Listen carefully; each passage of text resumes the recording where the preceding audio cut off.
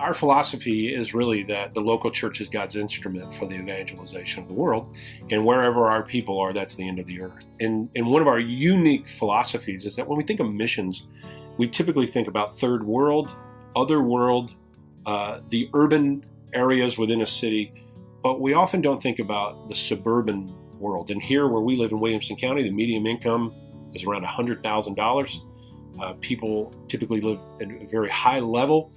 There's a lot of wealth, there's a lot of materialism, there's a lot of superficiality. Yeah. And sometimes you can think in that context, like these people don't have a lot of needs, I'm going to go over here. But the truth is, one of the hardest places on the earth to evangelize is to a group of people who feel like they don't have any needs or they can meet their own needs. Yeah. So we've been focusing our minds, at least I have and John have, for the past 16 and 5 years, independent of one another, on how to strategically reach that group of people with the gospel. And that's really going to be our motivation and our strategy going down there, because we live in the what we say the culture, the world of the rich young rulers here.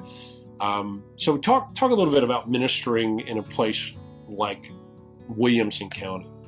Well, one of the things that we have to do immediately is that no matter who you meet, if it's the bum on the street or the guy who's the millionaire driving the Bentley, we can't assume that one needs the gospel and one doesn't. Everyone needs the gospel. And so we in Community Bible Church, we constantly tell our people, it doesn't matter if your Bible's full of stuff.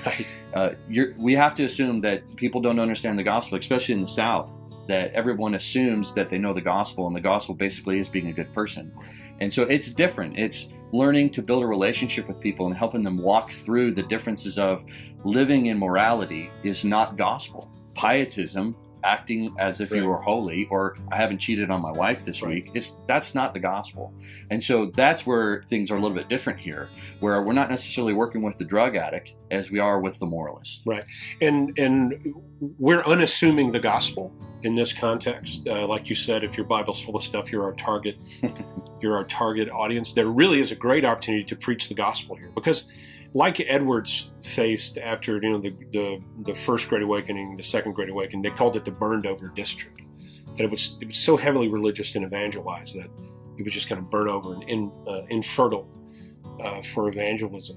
But the fact of the matter is, despite the fact that it looks very sophisticated and moral, it is very fertile ground, because somewhere along the way in our culture, at least the Southern, very wealthy kind of elite culture, people kind of confused self-improvement with the gospel. And those are really two different things. So we've been able to come into our culture and offer something that rings very different, that people haven't heard before.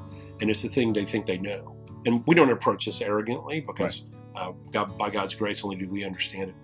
All of this to say, we're transplanting ourselves with a specific mission, because we don't believe the church is a refuge from the world. That's right. It's a mission to the world.